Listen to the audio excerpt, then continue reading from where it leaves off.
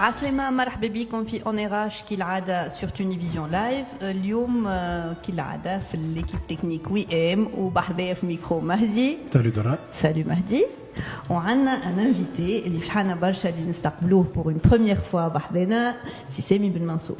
Merci Dora. شنو حويت مرحبا سي très bien عايشك.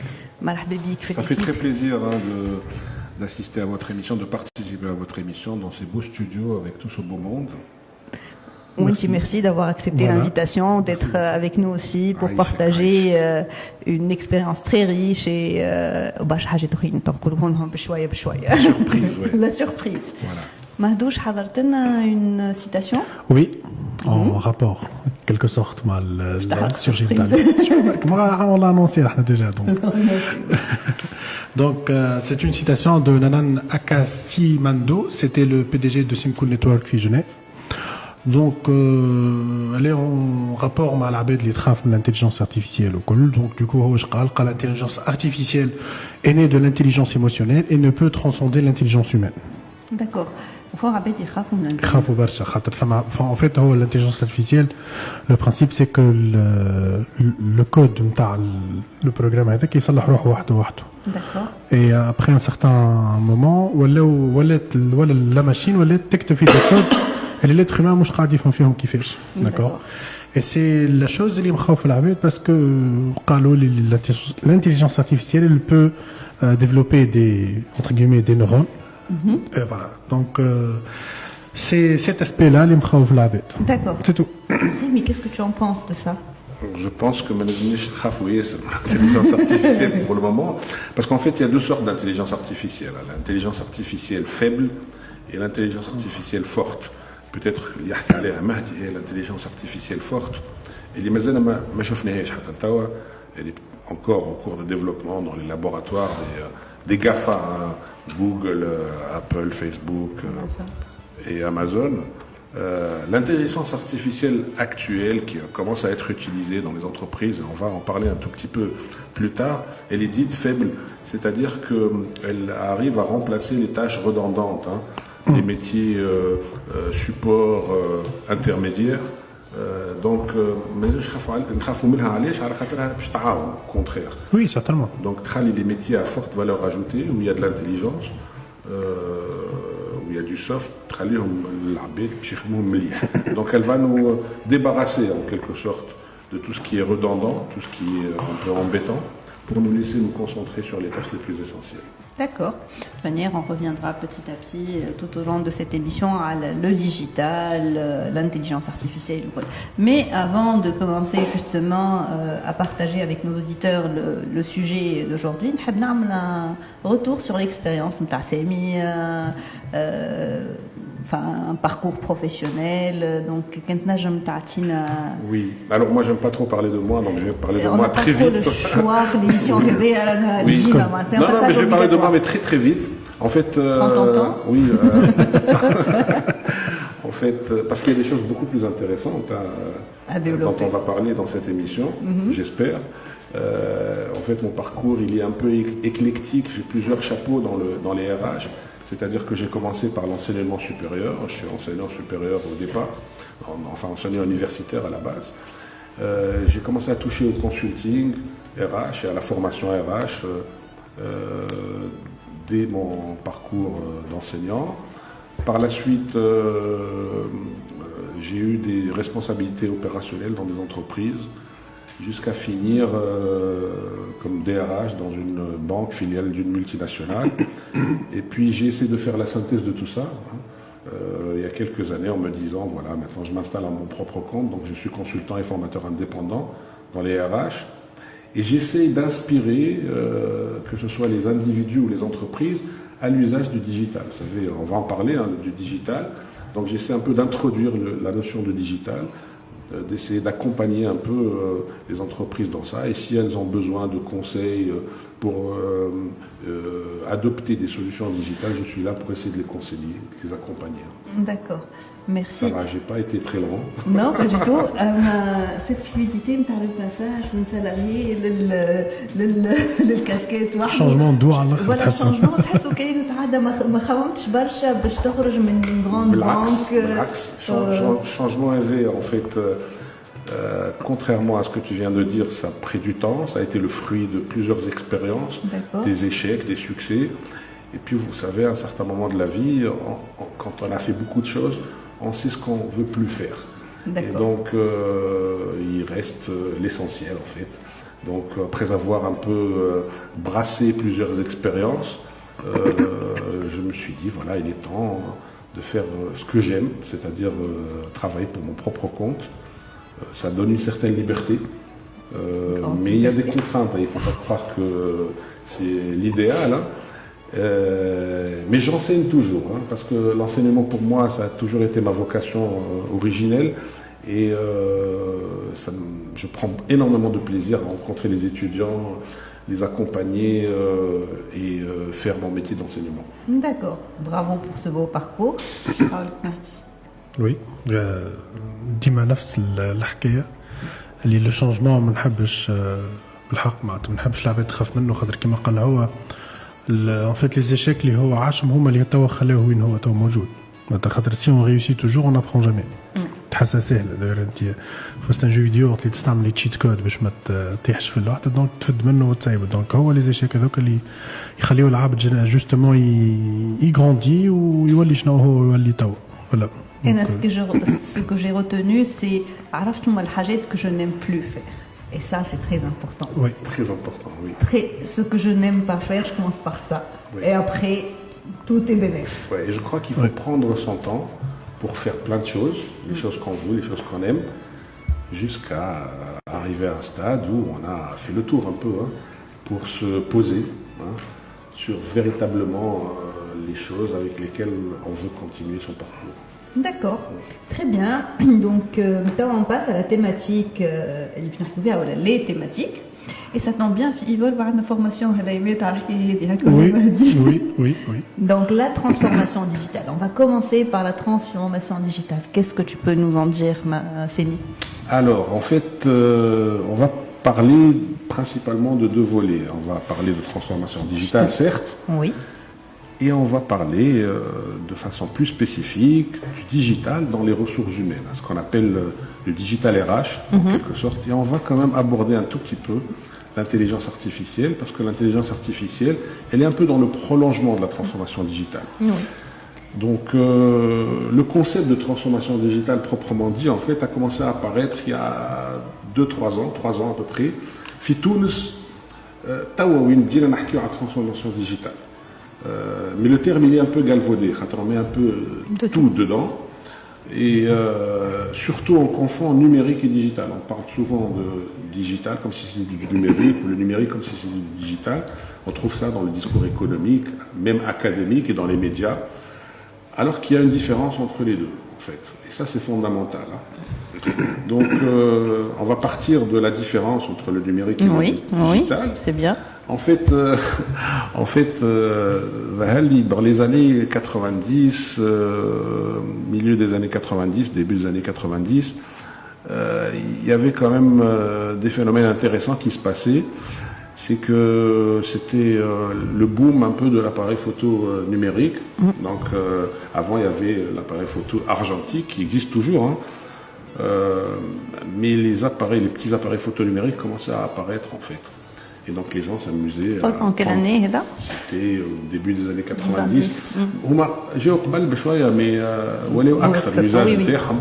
D'accord. ولاو العباد يشريهم أكثر ils partent en vacances avec leur appareil photo numérique. Et on prenait des photos, ces photos de vacances, et puis on récupérait avec la pellicule, carte mémoire, la carte mémoire, on peut faire l'ordinateur, on fait les photos نتاعنا. Ok.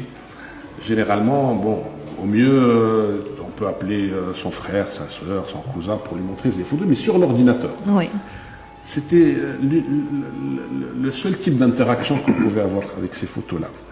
Tralou les photos de côté, ou la musique. On téléchargeait des MP3. Je ne sais pas si vous êtes de l'époque des MP3. Oui. Donc, parce Oui, que toi qui es jeune, trop Louis. Voilà, moi je ne suis pas très jeune. Oui, MP3. Donc il y avait un logiciel qui s'appelait Napster à l'époque. Hein. Napster ou Famal Winamp. Voilà, Winamp. Ça nous permettait de télécharger des MP3. Et les MP3, c'est pareil. On les téléchargeait sur notre ordinateur. On mettait les écouteurs et on écoutait de la musique. Et surtout, ça s'arrêtait là. Alors ça, c'est le numérique. C'est-à-dire que l'expérience en fait qu'on avait, avec les photos, on passait des photos argentiques, sur support donc argentique, vers les photos numériques. Donc qui dit numérique dit le code avec un 0,1 binaire. On fait la musique, les MP3, on avait les cassettes audio classiques, Et comment sur bande, voilà. Il y avait le numérique, c'est ça la numérisation.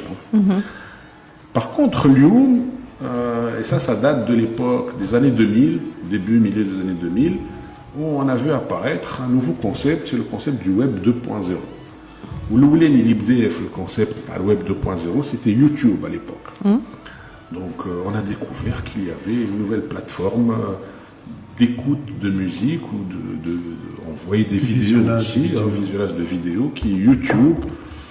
Parce que c'était un peu un ovni à l'époque. Hein. YouTube, il faut rappeler que ça a été racheté plus tard par Google. Au début, c'était 2 ou 3 personnes qui ont fondé ça. Et à l'époque, ça a été racheté par $1 milliard par Google. $1 milliard. C'est pas une somme énorme aujourd'hui. Hein. Mais on voit aujourd'hui le potentiel de croissance qu'a apporté YouTube à Google. Alors, qu'est-ce qui a changé? C'est que la musique qu'on écoutait sur son ordi, maintenant, elle passe sur une plateforme. C'est-à-dire qu'on peut l'uploader sous forme de vidéo musicale.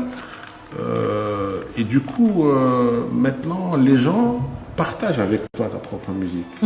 Et puis, il la like, il la dislike. Une interaction. Ils mettent des commentaires. Donc, il y a une nouvelle interaction qui naît aujourd'hui grâce à ce genre de plateforme. Alors, c'était YouTube, puis par la suite, on a eu Facebook, qui est aussi le même phénomène en quelque sorte, fait le musique. Donc, en fait, la musique qui était sur l'ordi, accessible uniquement à toi, vers des ressources musicales qui sont maintenant partagées avec le monde entier en temps réel, et les gens se regroupent par préférence musicale, etc. Donc là, on est passé au digital. En fait, le passage au digital, il est lié au partage.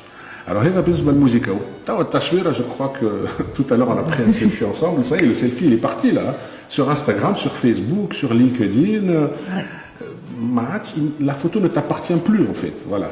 Du moment qu'elle a été balancée sur les réseaux sociaux, la photo, elle est taguée, elle est likée, elle est partagée, elle est commentée.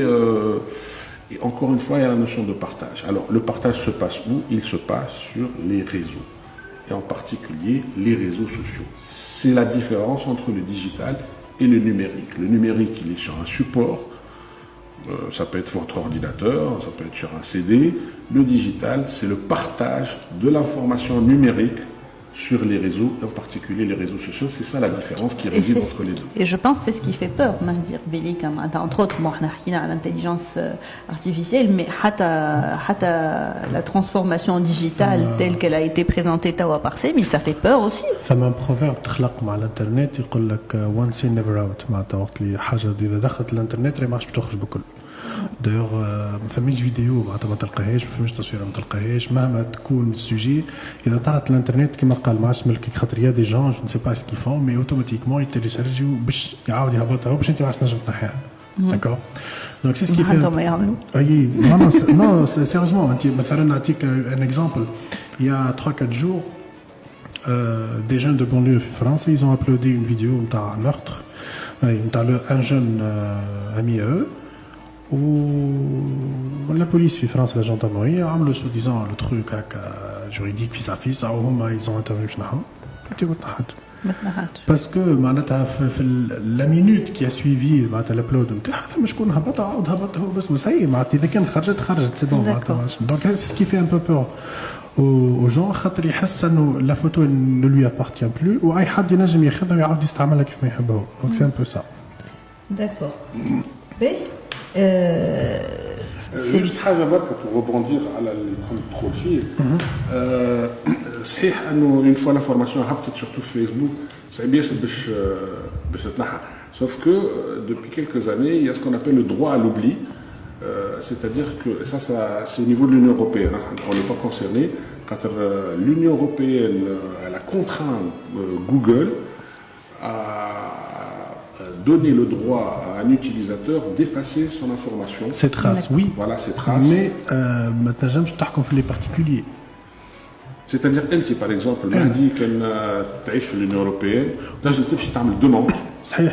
Mais les informations qui me concernent الكل qui تحط اسمي على جوجل ما ياخذش حتى شيء. اي ما تصور هنا نجم يديروا موجودين عند عباد اخرين ويهبطوا في فيديو ويهبطوا فهمت شنو نقصد؟ Oui, bien sûr. C'est ça le truc. Et il faut pas oublier بعديك l'autre volet le plus dangereux, bon c'est pas موضوعنا mais le dark web بعد اللي هو ما يذيع فيه حتى شيء. Tu me fais peur. Oui. Donc là on a vu la première partie. Je vous ai dit à la transformation digitale c'est mis l'émission. Alors c'est maintenant qu'on va parler précisément de transformation digitale. Alors c'est quoi la transformation digitale? En fait, si on prend l'idée comme ça de façon plutôt simple, on va essayer de simplifier, c'est que dans les entreprises, il y a des process. Par exemple, il y a un process de fabrication classique, matière première, transformation, puis produit semi-fini, produit fini. Ça, c'est un process traditionnel. La transformation digitale, en fait, elle consiste à digitaliser le process. C'est-à-dire, le process traditionnel, il va être transformé en process digital. Alors, on va prendre un exemple très simple. Alors, lui, chez Montréal, il n'y a plus d'agences bancaires. Ça, comme les agences bancaires. Oui. Alors, pour le sac d'une agence bancaire, comment je vais faire mes opérations bancaires?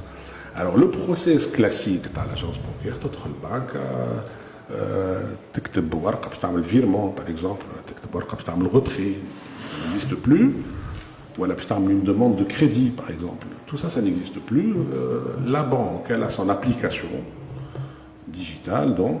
Et puis, en tant qu'utilisateur, tu veux faire un virement, tu accèdes à ton application, tu lances ton virement à partir de ton application.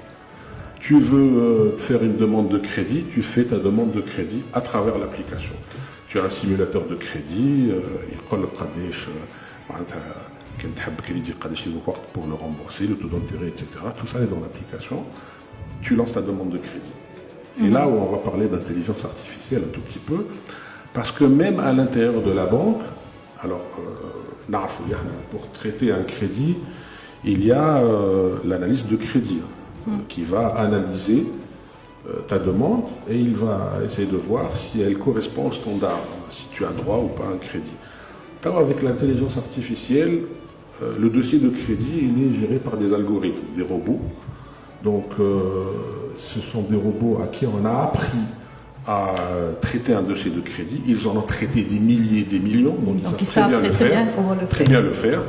Donc il reçoit un dossier, il va le traiter et il va donner un avis. Donc si tu as droit ou pas au crédit. Donc là on a en face de nous un process digitalisé qui utilise l'intelligence artificielle. كنحبوا نحكيو على des cas d'entreprises معروفين اليوم elles ont opéré déjà leur transformation digitale. ناخذوا le cas par exemple نتاع Amazon. قبل تمشي تشري كتاب في ليبراري تكمانديه بالابليكاسيون تاع امازون ومن بعد يجيك ولا علي بابا كيف et tu es informé à la minute qui suit هاو خرج توا من لي ديبو تاعنا هاو غلط لك هاو معناتها فريمون بل تقعد في راس الناس تستنى في الوحده presque parce que maintenant il y a chez Amazon il y a un service ultra rapide, tu es livré en 2 heures. لا نحكي على قبل كيفاش كنا مع نستنى في البوستاجي 15 20 يوم فماش ما يطول تمشي البوسطه باش تاخذ الكولي. Voilà. Alors il y a des cas aussi très intéressants de transformation digitale. Il y a l'entreprise connue, l'équipementier sportif Under Armour aux États-Unis. Alors auparavant, il fallait que les clients remplissent des fiches pour parler de leurs préférences. Je me bats à dire l'entreprise, notre BL en tant qu'équipement sportif. Alors maintenant, toute cette data, toutes ces données sont collectées non plus par des fiches papier, mais elles sont collectées par l'application. Donc l'application, l'équipementier, elle collecte toutes les données fitness sur ton activité sportive et health, c'est-à-dire tout ce qui est santé. Et par la suite, toutes ces données-là sont processées dans les ordinateurs. Elles vont donner des profils de consommation. Donc l'entreprise, toi, elle a une avance sur les concurrents. Elle a une information en temps réel pratiquement sur les préférences des clients. Donc elle peut personnaliser l'offre bien avant les compétiteurs, enfin les concurrents. Enfin, il y a une autre entreprise qui s'appelle McCormick qui vend des épices, des herbes, des aromates, etc. Alors, c'est très simple, vous remplissez un questionnaire en ligne sur vos habitudes alimentaires. Elle vous fait des suggestions de recettes qui sont basées sur les produits MTH. Donc, tu vas directement le produit, tu vas un produit qui donc ça a augmenté énormément les ventes de McCormick. Donc, voilà des exemples un peu de transformation digitale, comment transformer l'ancien process en process digital. D'accord. Donc, et Umbad, quand on parle RH, comment ça s'est passé? Alors oui, RH. Alors pourquoi on parle de RH? Parce que les ressources humaines, on le sait, sont au cœur de l'entreprise. C'est la première et principale richesse de l'entreprise. Et les RH sont probablement concernés par la transformation digitale plus que les autres process de l'entreprise. Alors, ce qu'il faut comprendre, c'est que la transformation digitale, c'est pas une question technique, parce qu'on maîtrise très bien la technique. Par contre, ça nécessite un changement culturel dans l'entreprise. Il faut que les collaborateurs comprennent qu'on est face à un changement énorme, important, et il faut qu'ils s'approprient ce changement-là pour effectuer la transformation digitale. Alors, comment les RH ou le domaine des ressources humaines se transforment ou adopter la transformation digitale? On le retrouve dans les pratiques RH. Là, je vais citer quelques exemples. Je ne sais pas si on a combien de temps? Beaucoup? On a encore 10 minutes, 10 minutes, même pas, 7 minutes. 7 minutes, ok, on a largement le temps. Donc, le process simple lié aux ressources humaines, lié au recrutement. Alors, on connaît, tout le monde sait ce que c'est que le recrutement. Il y a du sourcing à la base, c'est-à-dire qu'on a plein de CV. On va faire du tri de CV, ça prend énormément de temps. On risque de se tromper, bien sûr, parce qu'on ne peut pas décider quel est le bon CV dans un temps réduit. Vous savez, les recruteurs, ils mettent 30 secondes sur un CV. Donc, c'est pas, ce temps-là ne nous permet pas de faire un bon tri de CV. Parfois Par la moins. suite... Mais parfois moins. Parfois moins, oui. Parfois, ils ne regardent même pas le CV. Etc. Ils le zappent. Par la suite, une fois on a fait du tri de CV, on va faire des entretiens préliminaires pour, encore une fois, sortir une shortlist, refaire des entretiens pour avoir les 2 candidats à présenter aux décideurs. Donc c'est un processus qui est très long, qui est coûteux en ressources humaines et matérielles, parce qu'on paye de l'argent pour que des gens soient mis sur ce processus. C'est le recrutement classique. Il pose beaucoup de problèmes. On n'est pas sûr d'avoir la bonne personne au bon endroit. Alors, la bonne personne au bon endroit, c'est ce que je donc, the right man at the right place. Sauf que le recrutement digital, c'est pas the right man at the right place, c'est il prétend le recrutement digital. Ça s'appelle le recrutement prédictif, oui, c'est une prétention. Et il va te donner les chances de réussite d'un collaborateur dans un poste. Alors comment ça se passe? C'est extrêmement simple. Ça paraît simple, mais c'est en fait très complexe. Le process derrière est complexe. Enfin, une solution. Recrutement prédictif, j'ai le droit de citer les noms, ça s'appelle Assess First, c'est aujourd'hui le leader mondial, le leader européen, pardon, dans le recrutement prédictif. Alors il faut savoir que l'algorithme en fait qui sert à cette solution, c'est l'algorithme de base le site mythique. Le site de rencontre. Le site de rencontre. Hein. Donc ça a bien marché pour les rencontres. Il n'y a pas de raison que ça ne marche pas pour le recrutement. Donc ce qui est impressionnant, c'est que le cas d'un recrutement prédictif, le chargé de recrutement, il fait une tâche simple. Il saisit sur un champ comme ça, qui se présente à l'ordinateur, le texte de l'offre d'emploi. Par la suite, la solution, elle va poster l'offre d'emploi sur tous les réseaux sociaux automatiquement. Et imaginons que vous êtes intéressé par le poste, vous recevez l'offre, on va dire, aller sur Facebook. Il y a un lien à l'offre, vous cliquez sur le lien, vous avez un questionnaire de 90 questions à peu près, qui ne demande aucune compétence, c'est-à-dire le type de question à les filles, genre est-ce que tu préfères travailler dans une équipe, au sein d'une équipe, ou là tout seul. Mais t'as les tests de profiling. Voilà, comme les tests, comme les questionnaires féminins dans les magazines féminins, c'est très simple.